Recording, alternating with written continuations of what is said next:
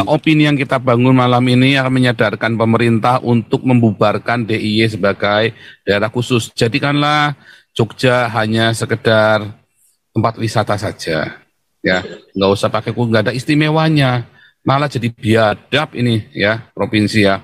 Jadi biadab, jadi tertinggal, jadi miskin, jadi rasis, jadi gemblung, jadi basisnya khilafah. Jadi kalau Jokowi dengar, ya saya berharap Jokowi yang membubarkan DIY ya dari keistimewaannya. Kalau dia mau keluar dari negara Indonesia biar saja kalau sanggup. Jadi jelasnya ya di Indonesia diberlakukan hukum khilafah.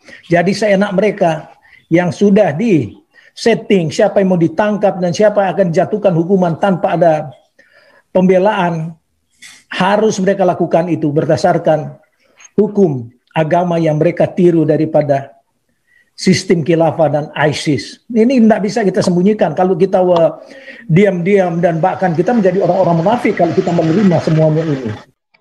Assalamualaikum warahmatullahi wabarakatuh. Berjumpa lagi dengan saya, Dr. Akal ya, di channel kesayangan kita, Debat Panas. Channel yang menyajikan informasi seputar dunia debat yang panas dan cadas ya. Dan kali ini kita mendapatkan satu berita yang luar biasa, di mana si Paul Jang ya, Nabi Oten, Nabi orang Kristen si Paul Jang ini kembali membuat masalah. Ya, kali ini dia ingin meminta kepada Presiden Jokowi agar mencabut hak istimewa dari Yogyakarta. Kita ketahui bersama bahwa Yogyakarta adalah salah satu provinsi yang mendapatkan keistimewaan. Itulah kenapa disebut DIY, Daerah Istimewa Yogyakarta. Jadi memang dia merupakan provinsi yang mendapatkan perlakuan agak istimewa. Itulah disebut DIY. Ya, sebenarnya bukan hanya Yogyakarta yang mendapatkan perlakuan istimewa tersebut. Ada satu lagi provinsi yang mendapatkan perlakuan serupa, ya, yaitu Aceh. Di mana dulu Aceh namanya adalah DIA, Daerah Istimewa Aceh. Ya, zaman dulu Provinsi Aceh bernama Daerah Istimewa Aceh, baru berubah nama menjadi Nanggro Aceh Darussalam atau Negeri Aceh Darussalam ya. Jadi bisa dikatakan dua provinsi ini memang mendapatkan hak istimewa dan itu tidak terlepas dari sejarahnya. Ya, ada sejarahnya, bukan ucup-ucup langsung jadi daerah istimewa. Dan Paul Jang ya, karena nggak senang dengan daerah istimewa Yogyakarta atau daerah Jogja ini ya, di mana dia melihat kan Jogja ini sangat kuat Islamnya, ya Islamnya di Jogja itu luar biasa powerful, sehingga si Paul Jang ini ingin kalau bisa dihancurkan provinsi satu ini, kalau bisa dihancurkan. Bahkan kalau Jogja itu nggak mau dihancurkan ya, nggak mau istilahnya keistimewaannya dihapus, Paul Jang meminta agar Jogja ini merdeka saja, ya agar Indonesia melepaskan provinsi ini merdeka sendiri aja, jadi negara sendiri, nggak usah gabung lagi ke Indonesia. Jadi mengusir Jogja untuk keluar ya, mirip seperti yang dilakukan zaman dulu ya, atas beberapa daerah di seluruh dunia ini pernah juga ada beberapa daerah itu yang kayak diusir sama negara induknya. Jadi ini agak kacau keinginan dari Paul Jang, seakan-akan dialah pemerintah, seakan-akan dialah yang mewakili Indonesia. Ini kata-kata yang nggak ada dasar, sesuka pantatnya ya. Jadi aneh sekali sebenarnya Paul Jang ini di luar negeri, bukan orang Indonesia, tapi sok-sok mengatur apa yang terjadi di Indonesia. Bahkan ya mengatakan bahwa Jogja ini kelewatan lah, Jogja ini pantat lah, dan umpetan-umpetan lainnya. Banyak sekali umpetan dan makian yang dialamatkan kepada Sultan Hamengkubuwono ke-10 ya, dan Provinsi Jogja. Saya nggak habis pikir kok ada orang manusia seperti ini. Padahal si Paul Jang ini lama atau besar di Jawa Tengah, daerah yang agak dekat dengan Jogja ya. Dia sempat di Salatiga dan mungkin dia juga sering ke Jogja. Aneh sekali kalau dia sekarang tiba-tiba memaki Jogja, padahal Jogja itu daerah yang adem. Ya, jadi sebenarnya yang membuat dia marah itu karena Jogja itu Islamnya kuat. Oten nggak bisa tembus di sana. Kristenisasi nggak bisa tembus, sehingga Paul Jang ngamuk. Apalagi kemarin sempat viral, ya di Jogja itu kan orang baca Quran ya, baca Quran, ngaji itu di tengah jalan. Ya, mereka melakukan acara ngaji bareng di alun-alun, ya di trotoar jalan, sehingga itu meresahkan Paul Jang. Jadi Paul Jang merasa harusnya nggak boleh. Dia mengatakan, oh Quran itu nggak boleh dibaca di tempat umum. Ya dia ngamuk karena dia merasa tujuan kristenisasinya bisa gagal, bisa nggak tercapai. Karena impian Paul Jang adalah mengkristenkan Indonesia, sehingga Yogyakarta dianggap sebagai provinsi yang berbahaya, provinsi yang tidak bisa dia masuki, ya, supaya oten-oten bisa jadi mayoritas. Daerah-daerah yang Islamnya kuat itu ya harus dibuang, supaya suaranya jangan menyumbang suara Islam. Ya, kalau daerah-daerah yang Islamnya kuat kan, nanti mereka akan menjadi kantong-kantong suara Islam, sehingga oten nggak bisa jadi mayoritas. Jadi memang daerah-daerah tersebut harus dibuang, dan dia mulai dari Yogyakarta ya, dan nanti mungkin akan merambat ke Aceh, Padang, dan daerah lain juga. Jadi di Jawa dia pengen sekali menyingkirkan Yogyakarta dari negara Indonesia.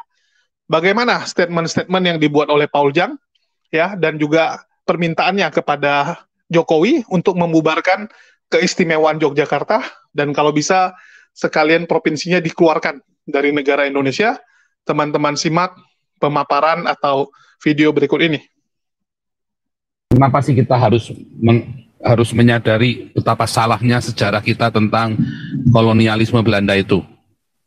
Ya, karena kalau Anda tidak jujur bahwa Anda dijual oleh Sultan Islam kepada Belanda, maka itu akan terjadi lagi di masa-masa hari ini dan terulang kali. Anda selalu menyalahkan, oh ini gara-gara Yahudi, ini gara-gara Amerika ingin memecah belah kita, oh ini gara-gara Cina, oh ini gara-gara. Anda tidak sadar bahwa Anda lah yang tolol yang menyerahkan tanah dan air itu kepada orang-orang asing. Ya kan? Anda harus jujur bahwa Indonesia itu diserahkan oleh Sultan Islam. Anda punya pengalaman yang tidak baik, bahwa Anda dikhianati oleh para penguasanya sendiri. Sama seperti dengan hari ini, Anda dikhianati oleh Soeharto, Anda dikhianati oleh Orde Baru, ya, Anda dikhianati oleh Orde Reformasi, Anda dikhianati oleh para pemimpin Anda sendiri. Semua mereka jual Anda kepada asing. Anda sedang dijual dari mulai SBY, dari mulai siapa? Yang enggak cuma Gus Dur ya, yang berani terang-terangan ya. Yang lain sama saja Anda dijual. Begitu ya. Nah, Anda harus sadar, oleh menteri-menteri Anda, oleh DPR Anda dijual. Pada Arab, Anda dijual. Ya. Nah, nanti kemudian Anda cuma bisa menyalahkan orang lain. Anda tidak mau bangga sebagai bangsa Indonesia, tapi Anda malah mengagumi Arab. Ya kan? Serem kalau sudah begitu. Ya kan? Jadi sekarang kenyataan ya, ketika Anda sekarang di Jogja, sultannya biadab begitu, Anda bangga karena dia sultan, khilafah kan? Ini kan khilafah, sultan itu kan berarti itu khilafah. Ya, istilah sultan itu berarti Anda khilafah. Nah, Anda bangga dengan kearaban dan khilafah ini dulu membayar upeti kepada Ottoman Turki. Dan Anda bangga ketika Anda membayar kepada Ottoman Turki. Ya kan? Seketika kalian perang lawan Belanda, apakah Turki membantu kalian? Enggak lah. Sama nih seperti Anies Baswedan ini. Anda akan dijual ke Amerika nanti sama Anies Baswedan. Lihat aja kalau nggak percaya. Anda akan dijual kepada Amerika, dan Amerika akan mengoyakkan negara Indonesia, ya, karena Amerika akan memelihara Islam. Karena Amerika tahu, dengan Islam kalian akan koyak. Cukup membangunkan orang-orang radikal di Indonesia, Anda akan koyak dengan sendirinya. Ya, dan Anda salahkan Amerika, ya bukan. Amerika bilang, lu jual, gua beli. Mereka juga pedagang. Salah nggak Amerika? Nggak salah, pinter. Kalian yang goblok, kalian jual. Kalian mau dukung Anies Baswedan, kalian mau dukung Gilbert. Ya kan? Nah, itulah kita mau pelajaran hari ini, seperti itu. Kita mau dapat pelajaran yang berharga sekali. Ya. Oke, karena di kurang 20 menit lagi menuju jam 12, ada yang mau kasih kata penutup, lalu kita tutup dalam doa. Siapa mau kasih kata penutup? Pastor, Ya. sedikit Pak. Boleh. Jadi sebenarnya banyak orang merasa bahwa Amerika, NATO itu simbolisasi daripada Kristendom atau budaya Kristen. Enggak juga gitu Pastor gitu. Jadi bukan seperti itu. Jadi banyak orang justru yang namanya Wahabi, Khilafah ini yang menggerakkannya Amerika ini. Nggak tahu lah. Nah itu dia. Nah ini yang orang-orang nggak sadar gitu Pastor kan. Selalu wah pro Amerika gitu ya.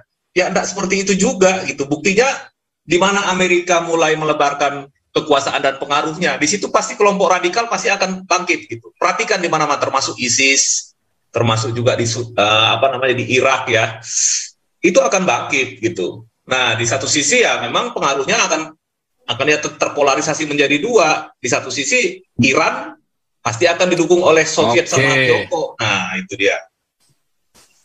Oke, suara saya jelas, Pak? Sinyalnya apakah masih terdengar? Jelas. Jelas ya. Nah, itu. Nah, ini makanya yang aneh. Nah, kebetulan orang Indonesia lebih bodoh lagi, Pak. Jadi sekarang dalam perang Eropa ini malah dukung Rusia gitu. Dianggap sebagai eskatologi bahwa Rusia ini nanti akan membuat peradaban mereka ini akan menjadi jaya dan sukses gitu kan. Sesudah nanti Rusia mengalahkan Amerika dan NATO ini. Makanya kan ya sama ininya. Sama gobloknya Pak Santiamer gitu kan. Media-media yang mayoritas media-media besar di Indonesia coba kita lihat pro Rusia gitu kan.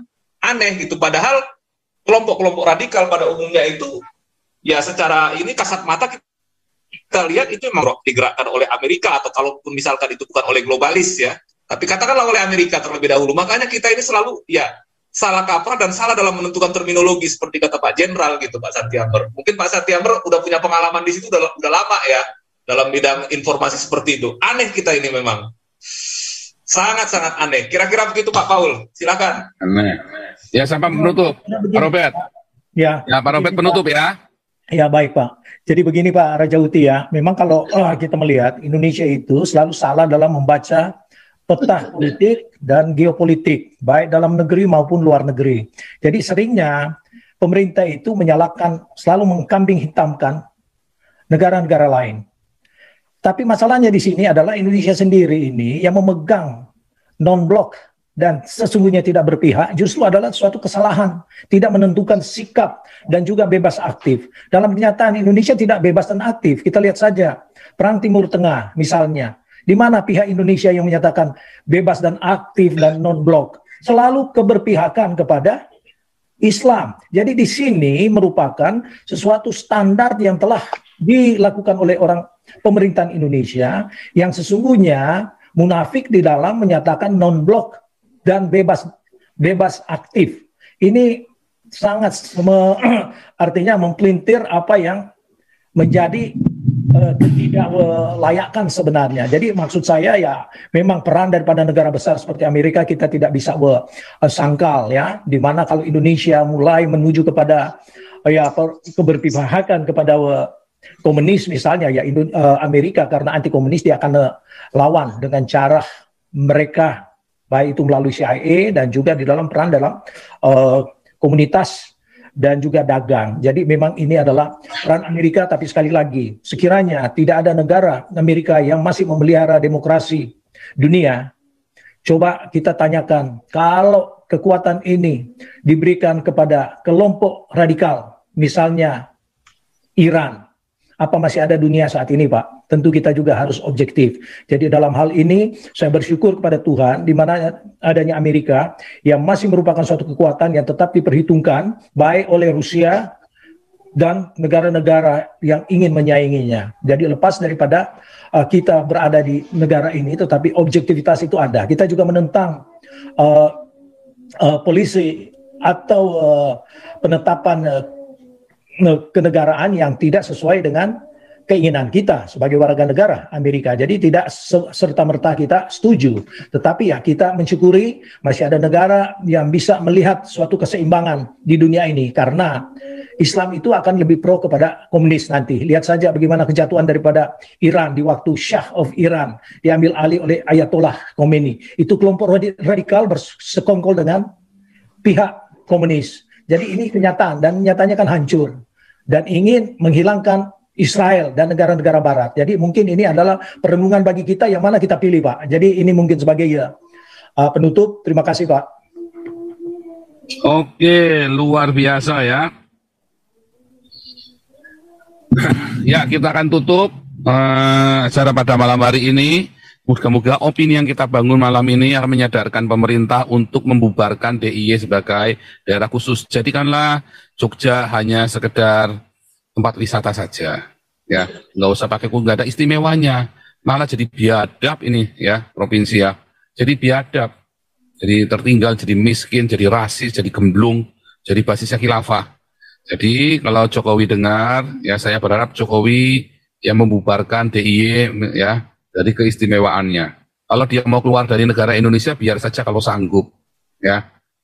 Kalau perlu kirim pasukan setan ke sana, seperti Jokowi kirim pasukan setan ke Papua kan, itu saja. Ya mana berani sih DIY. DIY itu kalau keluar dari Indonesia kere, saudara, kere kalau keluar dari Indonesia.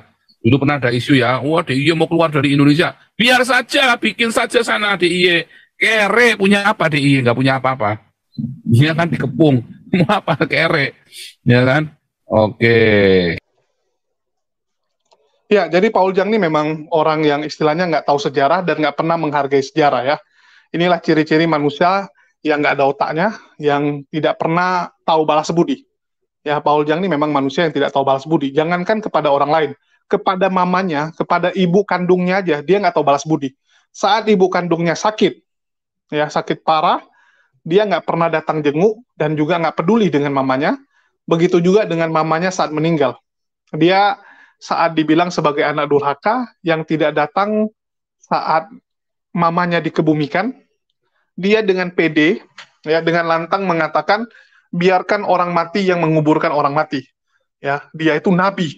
Jadi dia lebih ngerti, ya dia lebih tahu tentang balas budi. Sehingga ya teman-teman bisa lihat sendirilah, ya terutama teman-teman Oten, kalian yang nilai sendiri, ini nabi kalian. Ya masa sama orang tuanya seperti itu. Itu sama orang tua sendiri loh. Ya, apalagi sama orang lain. Tentu saja lebih parah. Kalau sama orang tua aja bisa gitu, apalagi dengan orang lain. Kita tahu, ya Yogyakarta itu nggak ucup-ucup jadi daerah istimewa. Dia jadi daerah istimewa tuh karena dia punya hal yang membuat dia istimewa. Salah satunya adalah bagaimana ya satu-satunya daerah yang masih bentuk kerajaan yang gabung ke Indonesia adalah Yogyakarta. Saat Indonesia merdeka, Sultan Hamengkubuwono ke-9 mempunyai pilihan antara ikut Indonesia atau menjadi negara sendiri. Ya, atau menjadi negara sendiri. Tetapi karena dia melihat negara Indonesia masih sangat muda, sangat butuh pertolongan, Hamengkubuwono IX memutuskan join dengan Indonesia. Ya. Saat itu padahal dia punya pilihan tersebut untuk jadi negara sendiri, seperti Brunei Darussalam. Tapi Sultan Hamengkubuwono bilang, saya ikut Indonesia, ya, karena merasa mereka ini kan peninggalan Mataram. Ya, mereka ini peninggalan kerajaan Mataram dulu. Jadi wilayah Indonesia itu ya wilayah mereka. Sama. Indonesia adalah Jogja, Jogja adalah Indonesia. Sehingga dia memilih untuk join dengan Indonesia. Bahkan menyumbangkan 6,5 juta gulden. Ya, 6,5 juta gulden untuk modal pertama atau uang kas pertama negara Indonesia yang saat itu lagi kosong. Ya, Indonesia waktu baru merdeka ya kosong kasnya. Jadi nggak punya uang sama sekali. Dan Sultan Hamengkubuwono IX yang menyumbangkan uang tersebut. Jadi memang jasanya luar biasa kepada pemerintah Indonesia. Tiba-tiba muncul si Paul Jang, suka-suka pantat dia, ingin mengusir Yogyakarta. Bayangkan gitu. Betapa tidak tahu dirinya dia. Ya, kita tahu Yogyakarta adalah wilayah kesultanan. Terlepas ya dari kenapa kamu nggak senang dan kenapa juga orang harus dengar omongan kamu. Kenapa juga Jokowi harus dengar omongan kamu. Setiap daerah tuh punya kearifannya masing-masing. Kalau memang Paul Jang nggak senang, ya udah. Kamu mau apa sekarang? Kamu mau suruh Jogja diusir? Kenapa bukan kamu saja yang diusir? Karena kamulah biang keroknya. Kenapa bukan Oten-Oten yang ada di channel Paul Jang saja yang diusir dari Indonesia? Karena mereka tuh provokator semua. Ya. Jadi daripada Jogja yang diusir, lebih benar orang-orang yang ada di channel Paul Jang dan yang mendukung Paul Jang itu diusir dari Indonesia. Ya, malah saya meminta juga ini sama Pak Jokowi untuk mengusir semua orang yang ada di channel Paul Jang dari Indonesia karena mereka ini provokator. Mereka ini perusak bangsa Indonesia. Mereka ini perusak negara Indonesia. Harus diusir keluar ini. Karena di dalam mereka sudah ada benih-benih provokasi dan ingin membubarkan Indonesia. Mereka ini pelaku makar, Pak. Di dalam otak mereka itu sudah tertanam protes. Ya, sesuai dengan agamanya Protestan gitu kan, dikit-dikit protes. Jadi memang di otak mereka tuh benih-benih perpecahan itu besar. Kalau ada orang yang nggak setuju dengan omongan mereka, mereka minta disingkirkan. Mereka maunya keinginan mereka yang tercapai. Bahaya, Pak. Orang-orang seperti ini dipertahankan pun nggak ada gunanya. Ya, hanya akan menjadi benalu, hanya akan menjadi masalah di kemudian hari. Mending disingkirkan ini. Paul Jang sudah di luar. Kalau bisa nih yang ada di room dia semua sama, Pak. Pengkhianat semua ini. Pengkhianat gitu. Ya, Jogja itu punya kelebihan. Terlepas dari dia nggak senang karena di sana Islamnya kuat, karena di sana orang Chinese nggak bisa punya SHM gitu kan. Terus kenapa gitu? Bukan hanya di Jogja, Singapura juga nggak bisa SHM. Kenapa nggak dikomplain juga Singapura tuh negara hancur, negara nggak benar gitu ya? Setiap daerah punya kebijakannya. Jogja memang dikasih keistimewaan ya untuk melakukan itu. Jangankan orang Chinese. Ya, jangankan suku keturunan Tionghoa yang nggak bisa punya SHM. Orang mau buat jalan tol aja nggak boleh SHM, harus hak guna bangunan. Jalan tol yang punya negara sendiri nggak boleh. Karena itulah cara Sultan Jogja untuk melindungi tanah-tanah, ya, tanah-tanah mereka supaya jangan dimonopoli oleh satu kaum saja, jangan dimonopoli oleh orang kaya saja. Setiap negara punya kebijakan sendiri, dan Jogja itu dia seperti punya otonomi khusus, jadi dia boleh mengatur hal tersebut. Jangan kamu provokasi, Paul Jang, ya. Bahkan orang-orang Chinese yang di Jogja juga udah maklum, buktinya semua juga beli ruko, beli rumah, nggak ada masalah. Ya, nanti tinggal perpanjang izinnya aja. Hak guna bangunan memangnya masalah enggak? Tinggal diperpanjang kok. Yang masalah itu kan kamu, Paul Jang. Kamu yang memprovokasi, yang mempersulit orang gitu. Kamu ingin semua orang bentrok di Indonesia, ya, semua orang di Indonesia berantem. Orang nggak mau, di sini enak cari makan kok. Kenapa kami harus ribut hanya karena kamu? Hanya karena kamu diusir dari Indonesia, hanya karena kamu gagal di Indonesia, kenapa kami harus ikut kamu? Stop provokasi, dan stop seakan-akan mewakili orang Chinese ataupun kaum minoritas lainnya. Bullshit kamu gitu ya. Terus dikatakan, ya Jogja itu nggak baik untuk orang Chinese dan juga Kristen. Ya. Kenapa kalau cuman Kristen? Ya, kenapa kamu sebut cuman Kristen? Kalau memang cuman Kristen yang bermasalah, harusnya tanda tanya, why? Ya, kenapa Kristen? Kenapa bukan Buddha? Kenapa bukan Hindu? Artinya ada masalah dengan agama ini. Dan sebenarnya setahu saya nggak ada masalah dengan kekristenan di Jogja. Yang masalah itu kamu. Ya, si Paul Jang ini yang bermasalah. Selalu memprovokasi. Selalu ingin keinginan dia yang tercapai. Inilah manusia-manusia bangsat, saya bilang. Ya, terutama yang di room dia juga sama. Yang ada di room Paul Jang itu semua provokator. Pelaku makar, mereka nunggu kesempatan aja. Kalau ada kesempatan makar, mereka makar kok. Saya berani jamin ya, orang-orang di dalamnya itu, yang setuju dengan Paul Jang, itu kalau ada kesempatan melawan Indonesia, mereka akan melawan. Ini aja mereka berani melawan gitu. Apalagi yang secara diam-diam. Ya, kalau bisa melawan secara diam-diam, mereka pasti akan lakukan. Orang seperti ini harus disingkirkan, Pak. Ya. Jadi bagi pemerintah, tolong diperhatikan ya room Paul Jang. Oke lah, Paul Jang nggak bisa ditangkap. Tapi orang-orang di dalamnya tolong diperhatikan. Bahaya. Gara-gara mereka nanti kita saling baku hantam, Pak. Ya, saya minta kepada pemerintahan Jokowi untuk lebih memperhatikan para pemberontak yang ada di dalam room Paul Jang ini. Ya, bagaimana mereka mengadu etnis Chinese, orang minoritas, orang Kristen, dengan orang Jogja. Ini kelewatan. Ya. Orang Kristen, orang Chinese di Jogja semua adem-adem. Ya, cari makan enak, usahanya bagus. Tiba-tiba muncul si babi Jang, ngadu domba. Tolong ya, ini disebarkan. Ya, saya minta tolong disebarkan sehingga bisa didengar pemerintah Jogja dan juga aparat, ya, aparat penegak hukum. Tolong tindak tegas ini orang-orang yang ada di room Paul Jang. Ya, itu aja permintaan dari saya. Makasih buat teman-teman semua. Di akhir kata saya ucapkan wassalamualaikum warahmatullahi wabarakatuh. Sampai jumpa di lain kesempatan.